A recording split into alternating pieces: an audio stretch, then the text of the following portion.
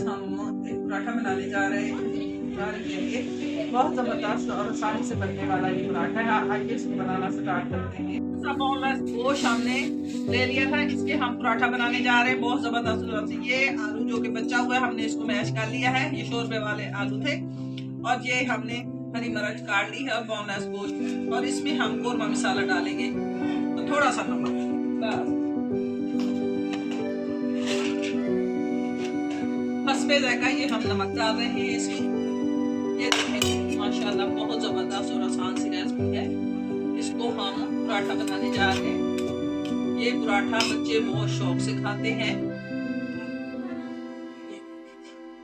इसको आप हाथ से भी मैश कर सकते हैं, हाथ से जरा ज्यादा तरीके से अच्छे तरीके से हो जाएगा। ये माशाल्लाह हमने सोचा ये चीजें बच गई, चलो इससे एक मजेदार सा पराठा तैयार कर लेते हैं। ठीक है जी, ये हम पराठा बनाने जा रहे हैं सहरी के लिए।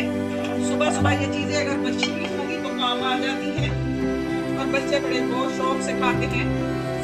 ये माह रमजान के लिए ये चीज भी हम माह रमजान के लिए, ताकि सहरी के लिए जो है ना ये चीजें। ठीक है जी, ये इसको हम